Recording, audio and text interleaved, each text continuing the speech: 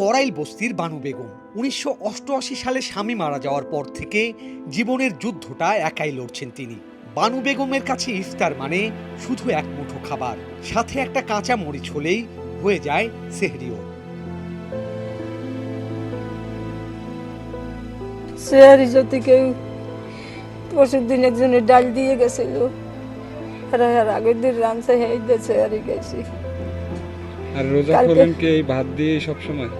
ওই যে পানির ভাত দিয়ে একটু মরিচ দিয়ে একটু পেঁয়াজ লইয়ে খুলি, এবার যদি কেউ কিছু দিয়ে যেত ঈদে খুলি, নাইলে নাই। আমার এই শক্তি নেই, আমি আর এই জীবনের কাহিনী আমি কারো কাছে বলতে পারি না। আমি খালি আল্লাহর কাছে বলি যে আল্লাহ তুমি কি করবা। যে মানে ঈদে কত কাপড় চোর কিনে আমি যে একটা কাপড় কিনে পরবো আমার ওই ক্ষমতা নাই।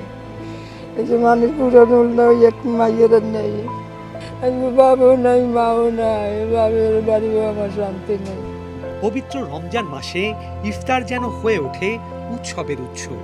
রাজধানীর অভিজাত রেস্তোরাঁ থেকে শুরু করে পুরান ঢাকার চকবাজার, বাহারি ইফতার সামগ্রীর সুবাসে ভরে ওঠে ঢাকার বাতাস। কিন্তু ঢাকার ইফতারে বৈচিত্র্যময় রসনাবিলাসের পাশাপাশি রয়েছে ভিন্ন এক দৃশ্য।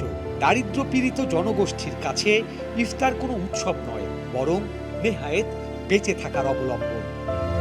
নিম্ন আয়ের মানুষ ভিড় জমান রমজানে বেড়ে চলা দ্রব্যমূল্যের সাথে তাল মেলাতে। নিম্ন আয়ের মানুষ ভিড় জমান টিসিবির পণ্য বিক্রির ট্রাকে।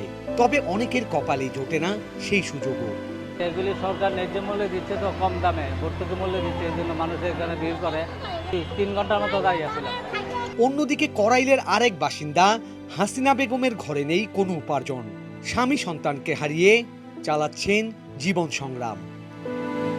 এই জায়গাটা ধরে রাখছি, এই প্রতিষ্ঠান ধরে রাখছি এনজিওর টাকা দিয়ে, এনজিওর সাহায্য দিয়ে, এই দিয়ে ধরে রাখছি। এনজিওর সাহায্যে লাগে না, পারেনি। রমজানের এই পবিত্র মাসে যেখানে মানুষ নানা রকম খাবার দিয়ে ইফতার সাজায়, সেই সময় হাসিনা বেগম পান্তা ভাত দিয়েই রোজা ভাঙেন। এক মুঠো ভাত আর একটু পানি, এটাই তার ইফতার। চোখে পানি নিয়ে বলেন, আল্লাহ যেভাবে রাখছেন সেভাবেই আছেন। ভাঙা ঘরে ভাঙা মন নিয়ে বেঁচে থাকা এইসব মানুষের কান্না শুনতে পায় না সুখে থাকা মানুষেরা। শহরে প্রতি রাতে চলে সাহুর পার্টি আর বুফে ইফতারের রাজকীয় আয়োজন।